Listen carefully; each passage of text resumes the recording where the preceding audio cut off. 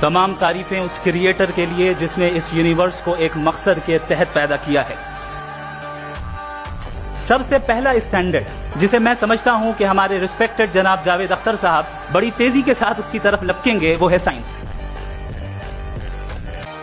लिहाजा आज इस डिबेट में गॉड की एग्जिस्टेंस को साबित करने या उसे डिनाई करने में साइंटिफिक एविडेंस को एक्सेप्ट नहीं किया जाएगा।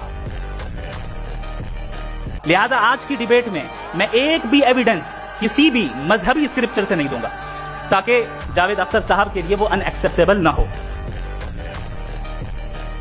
तीसरा जो मेयार हो सकता है वो है ऑब्जर्वेशन। भाई कोई कहे कि हमें खुदा दिखाओ, अगर है तो दिखाओ, या ये कि खुदा के एग्जिस्टेंस पर एम्पेरिकल एविडेंस दो, तो ये है दर हकीकत गलत टूल का इस्तेमाल करना। ये ऐसा ही है कि जावेद साहब मुझसे ये मुतालबा करें कि मुफ्ती साहब आप मेटल डिटेक्टर के जरिए प्लास्टिक डिटेक्ट करके दिखाएं। अब चूंकि प्लास्टिक डिटेक्ट नहीं हो पा रही है, लिहाजा plastic does not exist. No, you are using the wrong tool. इस टूल से प्लास्टिक को डिटेक्ट नहीं किया जाता। मैं समझता हूं कि गॉड के एग्जिस्टेंस पर एम्पेरिकल एविडेंस का मुतालबा करना एक बचकाना मुतालबा है और हमारे रिस्पेक्टेड जनाब जावेद अख्तर साहब इस स्टेज से अब बहुत आगे निकल चुके हैं। आपने गॉड के न होने पर कोई डेफिनेटिव आर्ग्यूमेंट नहीं दिया, सिर्फ मजहब पे बात कर रहे हैं आप। मजहब तो आज हमारा टॉपिक ही नहीं था। आज तो हमारा टॉपिक को आप मजहब से ले लेकर आईएस तक चले गए। भाई हमारा क्या ताल्लुक है? We condemn them.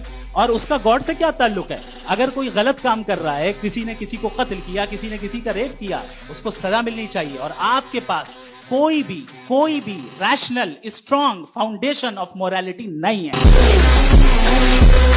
आपने कहा कि मेजॉरिटी तय करेगी सोसाइटी की, वो सही होगा। मैंने कहा हिटलर को, फिर आप सही कहेंगे नहीं, प्लेनेट की सोसाइटी की मेजॉरिटी तय करेगी।